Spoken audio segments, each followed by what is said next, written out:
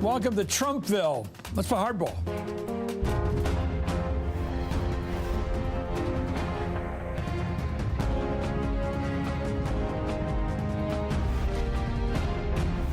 These tents you see here, meant to hold the children Trump has separated from their fathers and mothers, stand as today's American reality. Not a welcome mat, but a mat to lie on. Trump put up these tents. President Trump built what Senator Tim Kaine has just christened the new Trump hotels. Look at them. Just as one president is permanently known for Hoovervilles, look at those shacks, the shack cities for victims of the Great Depression. This president is today the proprietor of the new Trumpville, packed with the kids we've torn from their parents.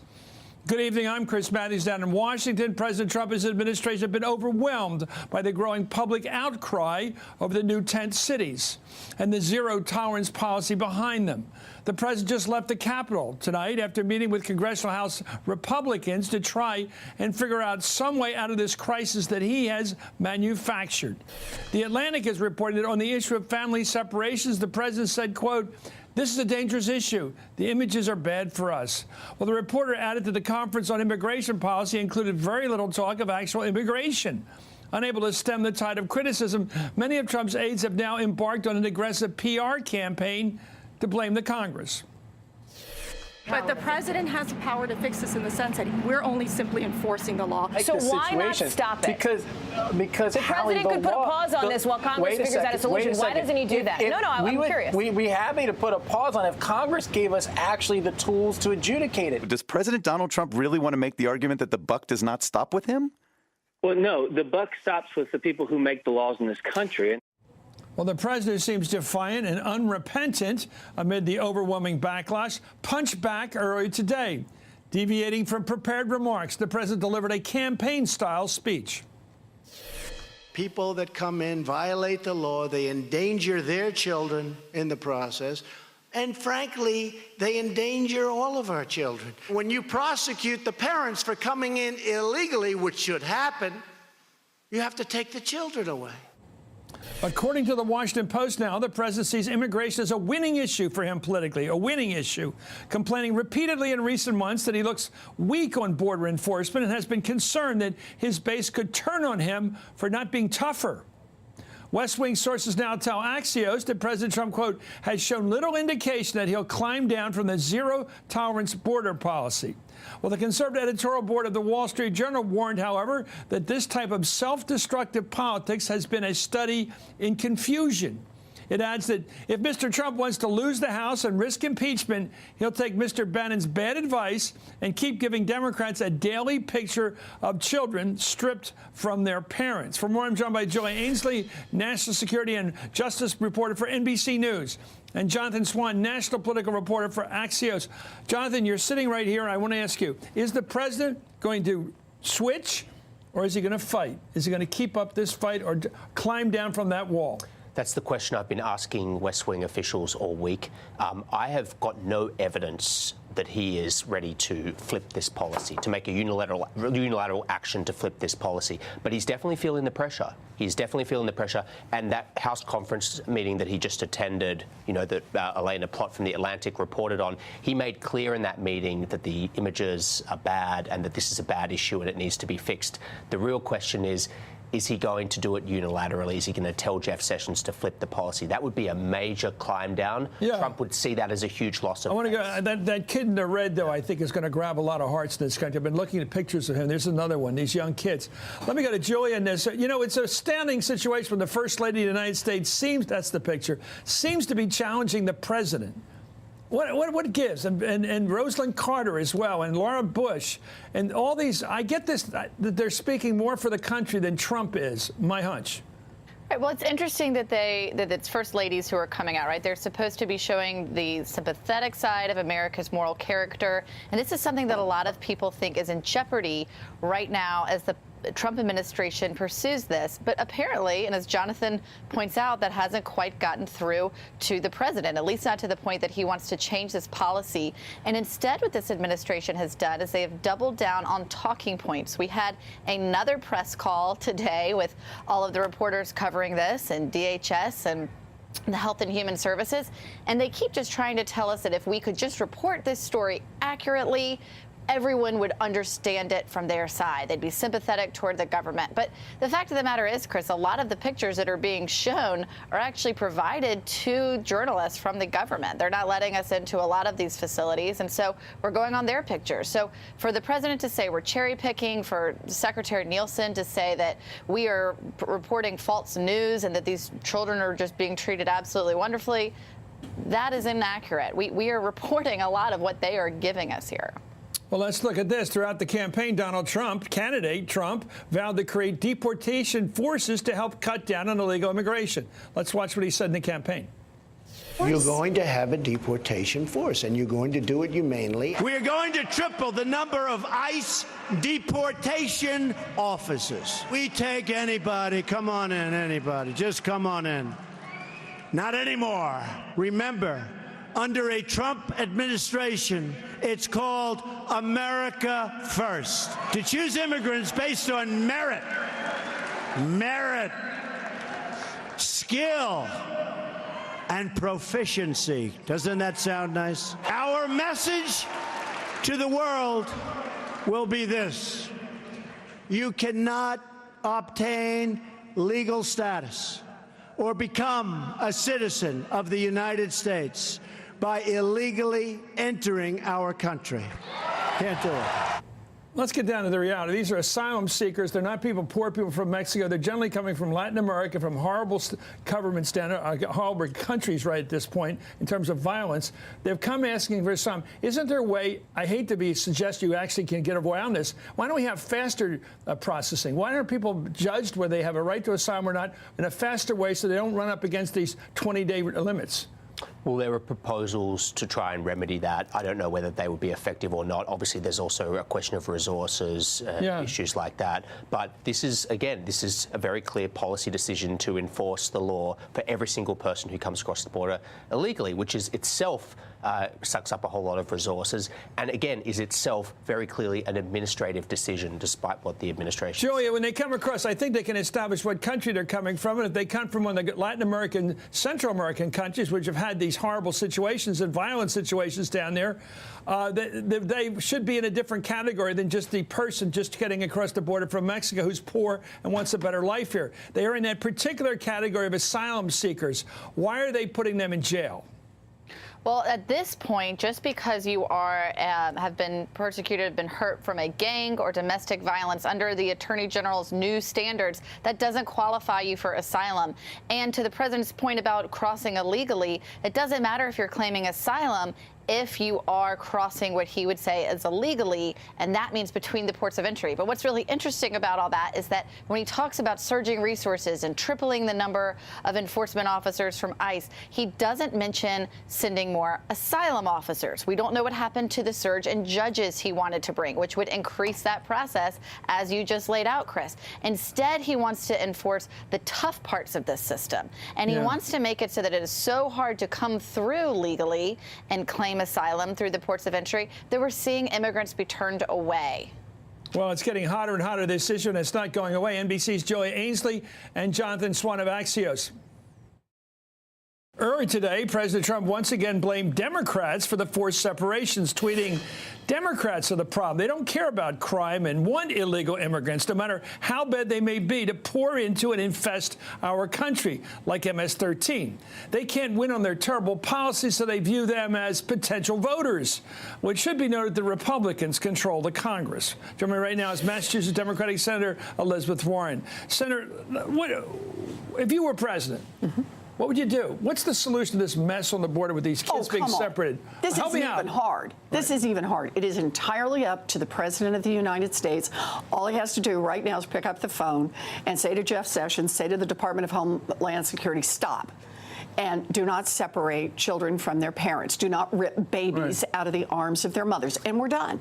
And so the parents who are going on trial because they're applying for asylum, would the kids stay with them? How would that work? Sure. You can make it work. But look, you don't have to prosecute them criminally. Let's keep in mind what we're talking about here are taking women who have been raped, who've been beaten, who fear for their lives, who flee to the United States asking for asylum. And for the act of asking, the United States government because of Donald Trump is ripping their children away from them.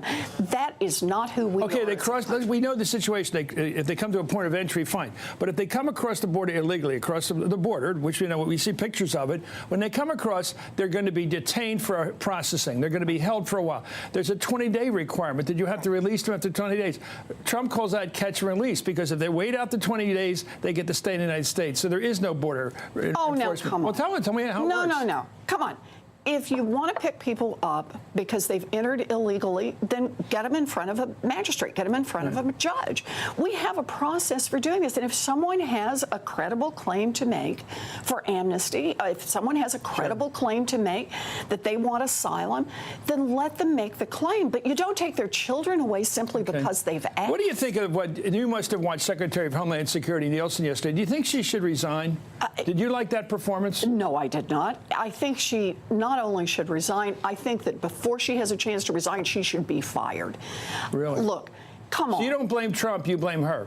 No, what I'm saying is he should get rid of her. This is not helpful, but all of this goes back let's face to it, Donald Trump. You're a political person as well as a policy person. Trump's playing this like a banjo. You know what he's doing. He's revving up his base with this, the red hots on anti-immigration attitudes. He's playing it. You know he's going to play in the election. So it's not just her, it's him. I actually don't see it this way, Chris. You don't think he's playing this politically? No, I'm going to say this differently. I think there are some things in America that go beyond politics. And Trump may think he's playing a political game here. Yeah.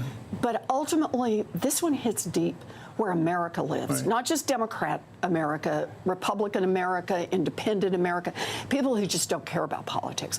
People who say this is not what America does. We do not put small children in cages. We do not separate children. Will this move the needle on Trump? Will this move people against him? Will people begin to see him as a bad guy now who liked him before? What I care about is that people push Trump to stop this. That's where we need to be right now. And it's keeping in mind, this is not about legislation, this is not about anything else. This is appealing to the President of the United States. This is insisting as loudly as we can to the President of the United States. Yeah. This is not who we are in America. He is taking America to a dark and ugly place. Is there anything you as a senator can do? Is the Senate frozen out of the action here? You know, I think that this is about Trump. And I think you can't pass legislation? It's not a question of whether or not we could pass legislation over a long process. This is happening to children tonight. Right. While you and I are sitting here. Okay. Trump could stop it before we get to the end of this Okay, I want you to do interview. it positively. I wrote this question out. What should we do if you were president, because that's a legitimate question, when people come here from Central America with children and they come across the border illegally, how would you handle this as opposed to how the president's handling this? Then we would detain them, we would take them in front of a court, but we would not separate families. We just don't. And that's doable under the law, even though they have the 20-day rule and all these other rules. I think we can do that if that's what we want to do and put the resources into it. Why is Trump doing this? I don't know. I can't get inside Donald Trump's head, and I don't want to get inside Donald Trump's head. You think he's irrational? Look, it doesn't matter. Maybe whatever it is he's doing, it's not for me to speculate. The point is, it's wrong. Okay, Jeff Sessions is calling this policy. Anything that takes us away from that conversation. I'm with you on this. I just want to know how you would do it. You say, Elizabeth, you said that Kirsten Nielsen should go. Yeah. She should be fired. What about Jeff Sessions, her boss? Not her boss, but the one who really set this policy out. Well, he said he wants zero tolerance. He's the boss in this policy. He set it down, and she's had to follow it. Donald Trump is the boss. Let's be clear. It's Donald Trump. This is on Donald Trump. So she goes, but Jeff Sessions stays. He owns it. He owns it. We're done. How about Jeff Sessions? Should he go? You know, he's got a lot going on right now. I know, because he's protecting the special prosecutor. He's got a lot going on right now. So this is the weird politics of this. Jeff Sessions, who is a nasty anti-immigrant guy. No kidding. We know that. You know that. No and at the same time, he is sort of keeping things together on the prosecution of the Russian probe. Let me make the... You just said that. I know that. Let me make the coherent point around this, though. And that is the sorts of things that the Homeland Security Secretary got out and defended yesterday. Come on, this is not what we should be doing for Homeland Security. But all of it is back to Donald Trump, and the tip is to stay on Donald Trump. If Donald Trump does not want children taken away from their mothers at the borders, he fixes that, and he fixes it now. And if he fails to do that, the blame does not fall on anyone else. The blame falls squarely on Donald Trump. Does the Republican Party share that blame for backing him? everyone in America who does not speak out shares that blame. Well this said. is not politics. Thank you. Well said. Senator Elizabeth Warren of Massachusetts, thank you for coming on. Coming up, crisis at the border. Trump keeps pushing the false story that Democrats are to blame for the separation of children from their parents. Everyone knows that's not true, and even some Republicans are starting to call Trump out for it, and that's ahead. Plus, the Russian connection. That newly revealed meeting between Trump pal Roger Stone and a Russian is yet another example of Trump's people meeting with Russians and then denying it. There's a pattern to all this, don't you think? And the Hardball Roundtable on how long Republicans will put up with a border crisis. Plus, Chief of Staff John Kelly's increasingly letting Trump do what Trump wants to do, even if he, John Kelly, fears it's leading to impeachment. Finally, let me finish tonight with Trump Watch. This is Hardball, where the action is.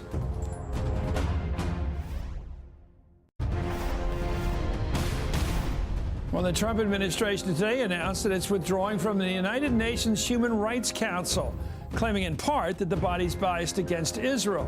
The announcement was made early this evening by Secretary of State Mike Pompeo and UN Ambassador Nikki Haley. Here's Ambassador Haley.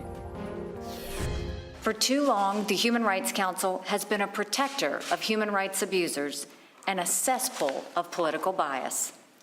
Regrettably, it is now clear that our call for reform was not heeded. I want to make it crystal clear that this step is not a retreat from human rights commitments. On the contrary, we take this step because our commitment does not allow us to remain a part of a hypocritical and self-serving organization that makes a mockery of human rights. Well, the move comes just one day after the UN's top human rights official criticized the Trump administration's zero-tolerance immigration policy, calling it unconscionable. We'll be right back.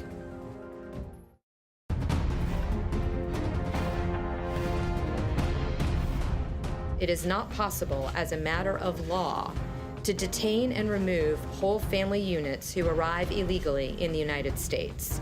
Congress and the courts created this problem, and Congress alone can fix it. Welcome back to Hardball. That was Homeland Security Secretary Kirstjen Nielsen yesterday falsely claiming Congress, or blaming them, for the Trump administration policy of separating children from their parents at the border. President Trump just wrapped up a meeting with House Republicans that was intended to focus on their draft comprehensive immigration bill. Well, earlier today, the president insisted it's Congress's job to fix the family separation policy, and once again pointed the finger at Democrats.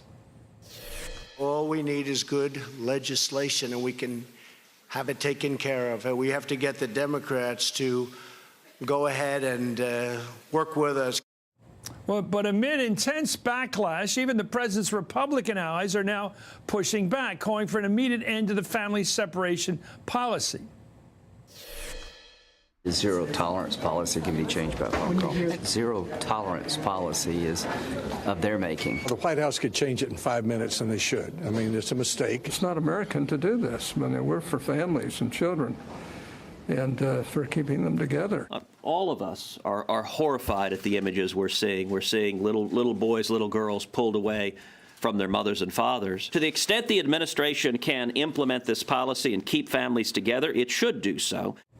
Well, one of those senators, Orrin Hatch, you saw there, is asking his colleagues to sign a letter to Attorney General Jeff Sessions calling for a moratorium on separations at the border until Congress can act. For more, I'm joined by U.S. Congressman Ryan Costello, a Republican from Pennsylvania, Veronica Escobar, Democratic candidate for Texas's 16th district. I want to start with Ryan Costello. Congressman, what did you hear about immigration that's newsworthy tonight from the president? That he's going to support the compromise bill, which would solve the DACA problem, would address border security, and would address the family separation issue. But I do want to echo the comments that some of my colleagues in the Senate made, and that is Congress doesn't need to fix this. The administration can fix this itself. But his supporting the compromise bill that we're whipping right now would be a step toward addressing the family separation issue. Just on a point I'm interested in, is there any part of this comprehensive moderate Republican proposal on immigration that deals with exploitation of cheap labor, illegal immigrants coming in this country and being forced because of their circumstance to work for nothing? Is there anything in there about that in this bill? No. Of course not. That's why it's a Republican bill. Let me go to Veronica on this. Veronica, thank you, maybe Congressman to be, but congratulations on your race. You got the nomination. What do you think? If you know, the Trump people are very good at portraying the Democrats, not you personally, but all Democrats as open border people. Fix that. Correct that statement. Are you an open border person? Yeah. No, I'm not. And frankly, Chris, I mean, that's really kind of a tired complaint that is factually inaccurate. It's current. It is current. But here's what else is current, Chris. Today, when we heard President Trump speaking to the group, he was speaking to a very narrow group of white nationalists. It is now up to the country, to the members of his base who are not white nationalists, to put pressure on the president. I don't know what that Republican bill, the legislation that Representative Costello was talking about, I don't know what it holds for border communities like mine. Frequently, legislation like this uses our communities along the U.S.-Mexico border as red meat for xenophobes and for people who are anti-immigrant. So I'm a little concerned. I don't know what's in it, but I'm imploring with Americans who voted for Trump, Americans who supported him, who are not part of that narrow white nationalist group, to reach out to the president and tell him this is unacceptable. Please, Mr. President, don't tie it to immigration reform. Don't tie it to any other legislation. Just pick up the phone and call Jeff Sessions and end this. What should we do? If you're a member of Congress, what would you do? I should put down. To deal with people coming here from Central America seeking asylum who cross the border illegally. What should be their situation here when they get here? Yeah. And first, I think it's so important to tell the facts, tell the American public the facts. Migration is still at historic lows in our country. Even with the ebb and flow, even when we have increases on a regular or irregular basis, we're still seeing immigration at historic lows. Border communities like mine are safe and among the safest in the nation. Well, what should we do in these circumstances that we're dealing with right now? And what do we do with asylum seekers from Central America? We don't. Yeah, first and foremost, you don't rip their children away from them in a way that will make it nearly impossible to get them back together, to reunify them. That's number one.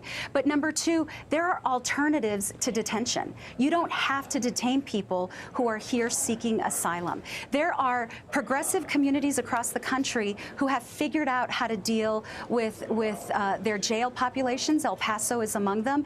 And you can have GPS ankle monitors. You can have intensive follow-up. You can have meetings. And that is far cheaper than the $134 a day per person that it takes to detain people. And you can still get them due process. They're not mutually exclusive. But I'm told that doesn't work, that people do just melt into the population. You never hear them again. You hear from them even if they had these ankle bracelets. That's not true. Yeah. And that may happen among some of the folks who come over without documents. But I heard the president say today that no one shows up to their hearings. He said no one. I want to applaud the media for finally calling a lie a lie. You need to continue to do that. That was a lie. We need to tell the truth about immigrants and asylum seekers. And we are using, the United States, the federal government is using some ankle monitoring GPS systems now. You just expand that and you hire more personnel to follow up with folks. There's a far more humane, more cost-efficient, a better system. And I also want to say, Chris, the United States of America takes in far fewer asylees and refugees than other countries. Thank you very much for coming on. Veronica, let me go back to the Congressman. Congressman Costello, what do you think the Republican position on immigration is? You look like the party that's certainly anti-illegal immigrant, and perhaps generally anti-immigrant from Latin America, from Mexico. Are you comfortable with that image of being anti-Mexican in a sense? I think a lot of people think of the Republican Party that way right now. You got Barletta running on the issue in Pennsylvania as an anti-immigrant force. Well, I'm not comfortable with that perception, no. I do think that the policy that the administration has unilaterally taken here reinforces that negative perception that some have of the party. To directly address your question on what we should do, number one, more judges means that the pre-detention stay for those illegally crossing, seeking asylum will be expedited so that they get through the system quicker. Number two, if we keep this entirely within DHS, we don't separate the children. It's operated by just one agency. And then number three, and I think most importantly, is this issue. And that is, we cannot look in the mirror and say that this is the kind of policy that we can, this is not durable, right? If this continues for weeks on end, this is going to get a lot worse. And it's going to really spoil any appetite for trying to address this in a way where we can come back together again. People are becoming more upset by the day over this. I agree, and I think you sound right. And I think it was very honest of you to say the Republicans are not addressing the exploitation of cheap labor here, which is a big part of the draw on illegal immigration. Thank you, as Congressman Ryan Costello, and thank you, Veronica Escobar. Good luck in your race. Up next, President Trump continues to blast the Russia investigation, calling it a witch hunt. But yet again, we're learning of another Russian overture to Trump. They just keep meeting with Russians. If there's nothing to hide, then why are they rolling out their slow disclosures? 2 years after these meetings, they tell us all about the meetings. This is Hardball, where the action is.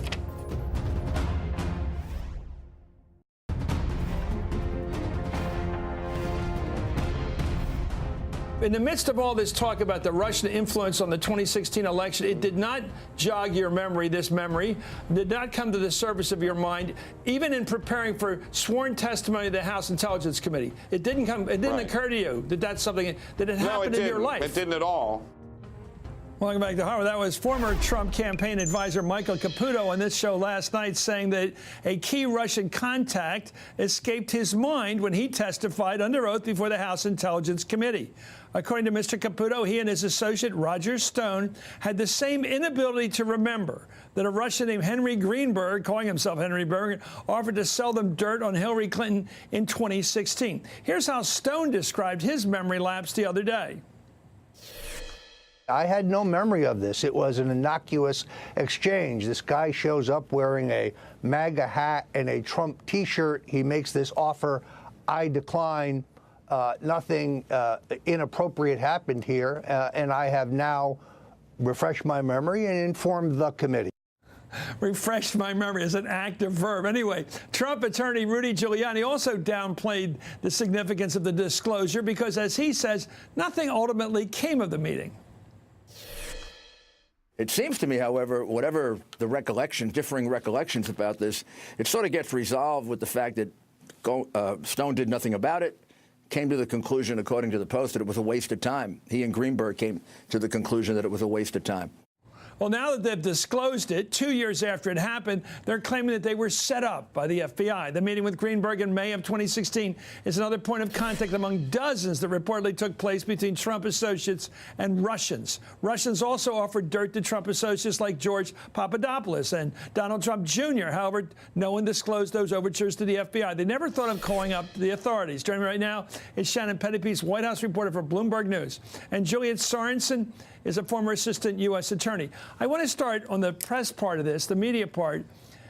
It seems like there was almost like water trying to get into a ship from Russia, like just from all points in Russia, trying to get something that had turned the election against Hillary Clinton. All of them offering dirt on Hillary Clinton. From every side they call, and they reach every point of entry of the entire Trump operation, trying to get in. And there's always somebody there saying, come on in.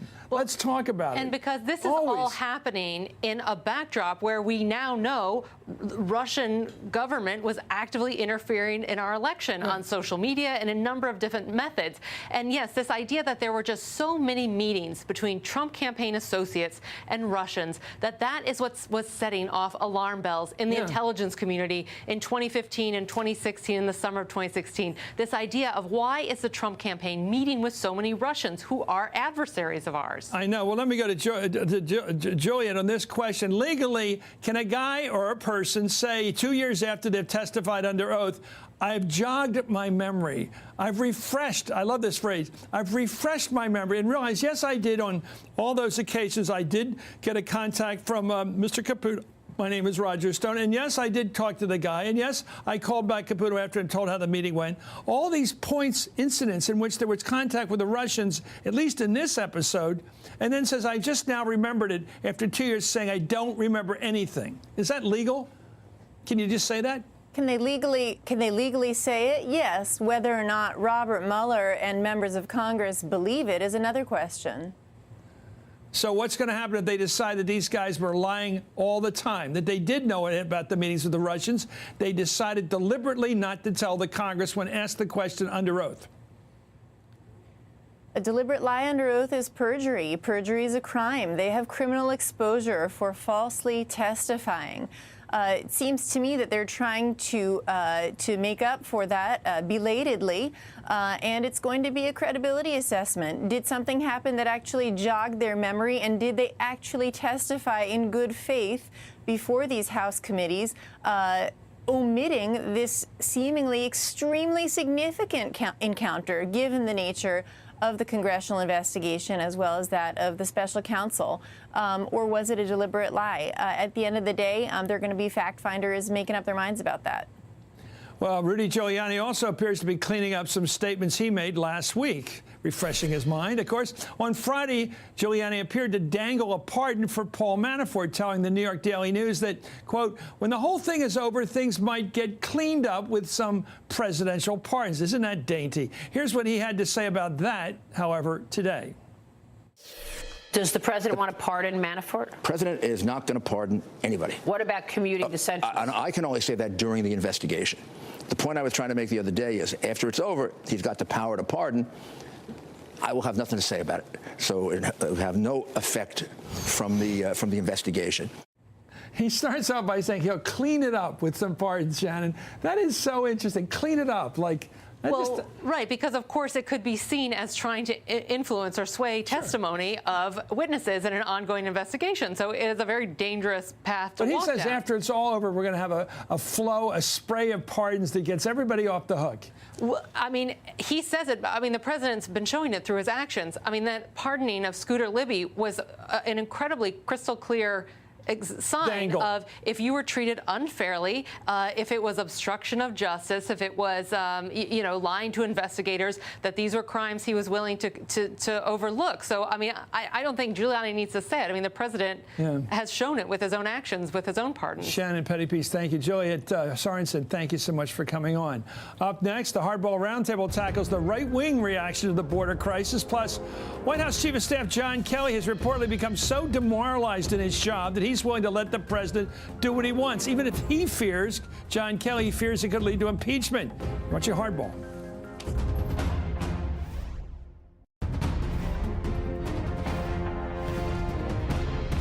Welcome back to Hardball. The images of children separated from their families at the border have been shown all over mainstream news as journalists report on the conditions at the housing facility, those tents, that tent city down there for children. But viewers of right-wing media outlets may be getting a different story, don't you think? Let's watch. These child actors weeping and crying on all the other networks 24/7 right now. Do not fall for it, Mr. President. Kids are being separated from their parents and temporarily housed in what are essentially summer camps. These kids get fanned out to working class neighborhoods into our society, and then they have to be paid for by English as a second language, and then they got to be schooled, and a lot of them, sadly, when in my neighborhood, turn into MS-13. This is one of those moments that tells you everything about our ruling class. They care far more about foreigners than about their own people. No matter what they tell you, this is not about helping children. A lot of people yelling at you on TV don't even have children, so don't for a second let them take the moral high ground. Their goal is to change your country forever, and they're succeeding, by the way. Well, let's bring in tonight's Hardball Roundtable. Heidi Presler is an NBC News national political reporter. Steve McMahon's a co-founder of Purple Strategies. He's a Democratic strategist. And Michael Steele is the former chair of the RNC and MSNBC political analyst. Michael, how's your party reacted to that clamor of denial there? Oh, they embrace it. They embrace it, and it becomes a warm blanket for them. But I've never heard such wholesale ignorant blather about this subject as you just played in that montage, particularly at the end with Tucker Carlson talking about, well, those people, they don't even have children. Oh, really? I mean, what's that supposed to mean? It means absolutely nothing. You know exactly what it means. So, yes, they embrace this, and they wear it like a cloak of honor. Because they're doing something about the immigration problem in this country. It just goes to the core, and people don't like to hear this, but let's deal with the truth. The browning of this country has set off alarm bells for a whole lot of white folks. Yeah.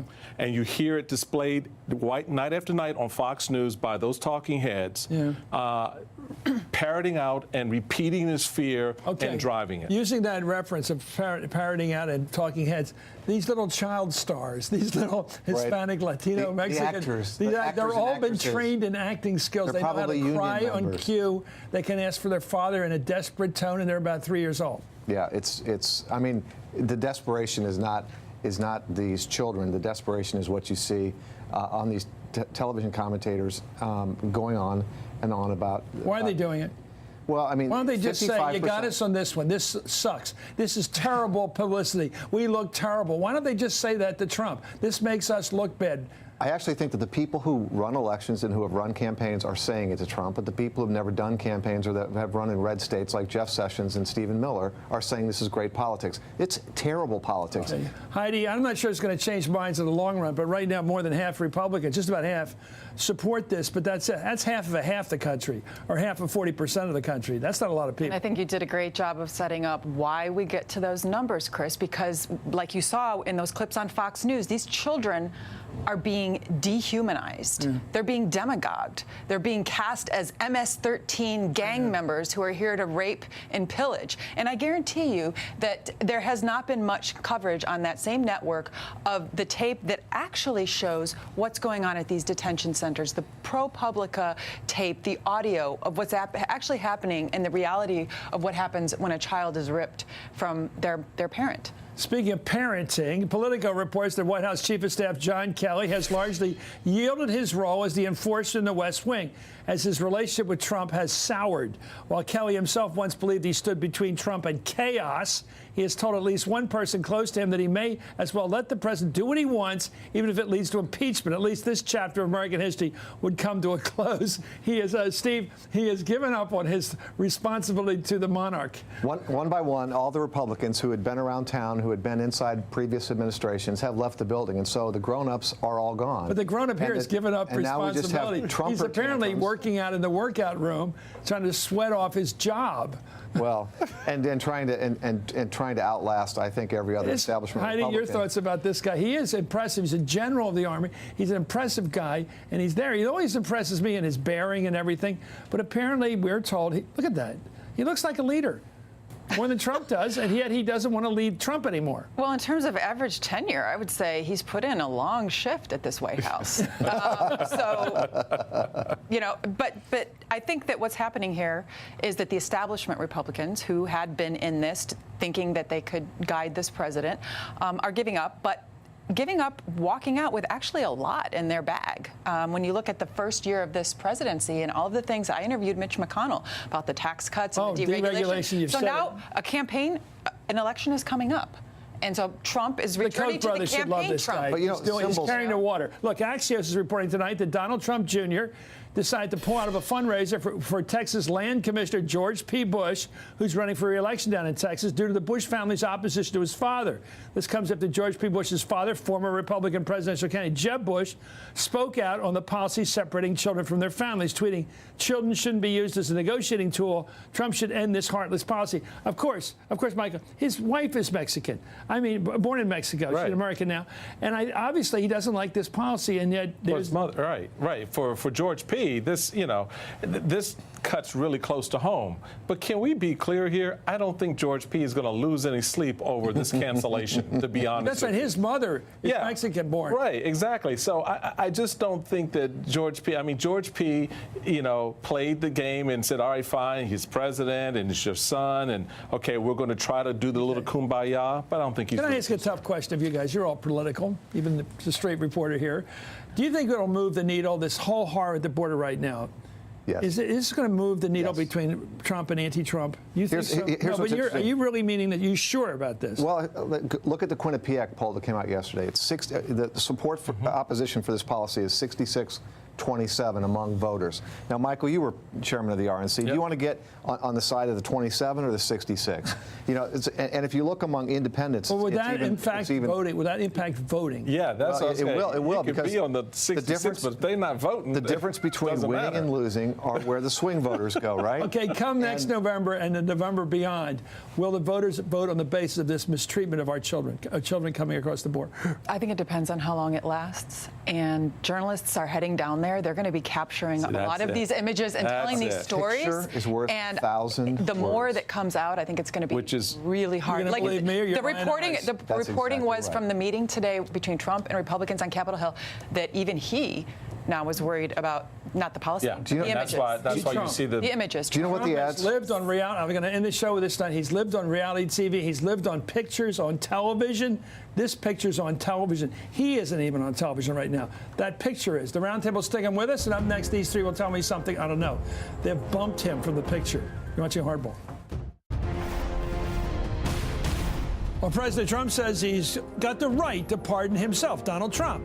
Well, most Americans disagree. According to a newly released USA Today poll, 64%, that's about two-thirds of us, say the president does not have the right to pardon himself. Just 18% say he does. What a group they must be. Republicans also break with the president on this issue, with 45% saying he doesn't have the power to do so. Just 29% believe that he does. There's a group. Meanwhile, 58% of Americans, including 31% of Republicans, say Trump should be impeached if he goes through with his self-pardon. There's a phrase. We'll be right back. We're back with the Hardball Roundtable. It's Heidi. Tell me something I don't know. Senators Van Hollen and Merkley took a Father's Day trip to the border. Chris, I was there for their debrief, and of all of the reporting that we've seen about the utter lack of preparation for this crisis, what they told me was, in addition to the backed up bridges, the separations, there is an acute shortage of mental health professionals right now to deal with the trauma that these children are facing. He said at a minimum, they're short by about 90 counselors that they need to deal with the trauma that these kids Katrina again. Dealing Steve? with. Picture's worth 1,000 words. We talked a little bit about the numbers, how 40% of Americans, by a 40% margin, they oppose this immigration policy. Among independents, it's 44 points, and among women, it's 48. You're going to see 1,000 ads like what you're seeing on television coming up in the fall, and you're going to see another 10 or 15 or 20 seats in play for Democrats this year. Democrats take the House? I think they do, yeah.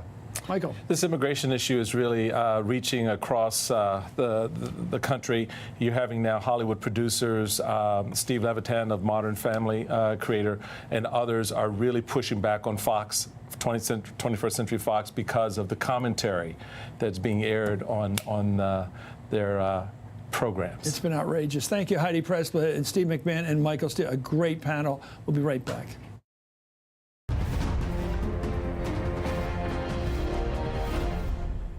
Trump Watch, Tuesday, June 19th, 2018.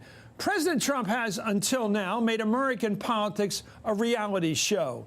He's shrunk the issues that divide the country into a televised drama where he's the boss and the other side gets thrown off the show. To use his term, the other side gets fired.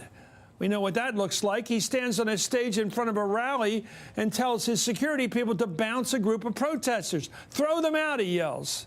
He sees NFL players taking a knee against police brutality and calls on the owners of those teams to fire them. And now we hear kids crying and see them in cages. And it's not the reality show his people like so much. I think we will remember this moment down along the Rio Grande and remember that Donald Trump was better at the show than he is at the reality. And that's Hardball for now. Thanks for being with us.